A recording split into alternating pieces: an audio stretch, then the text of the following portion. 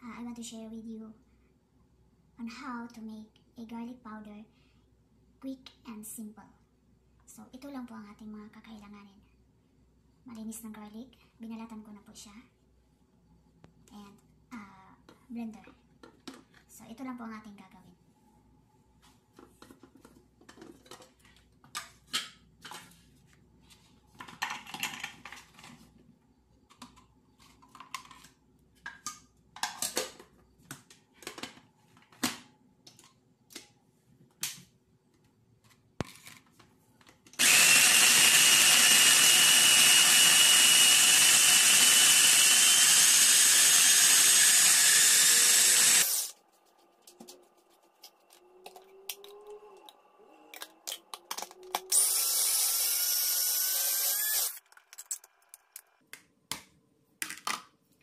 So, ganito lang po ang texture niya. Pwede na natin siyang ibilat sa init.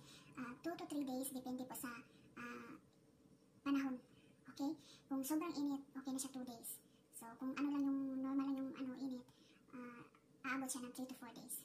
So, ilalagay na natin siya sa tray.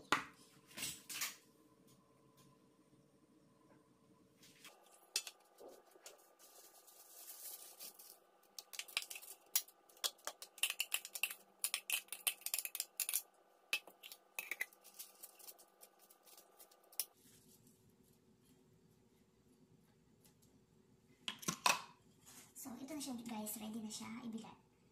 Okay. So, update na lang ako after 2 days. So, guys, ito na po yung natin. Yung binilad natin na garlic. So, 2 days ko lang siyang nilagay sa labas. Then, ito na yung itsura.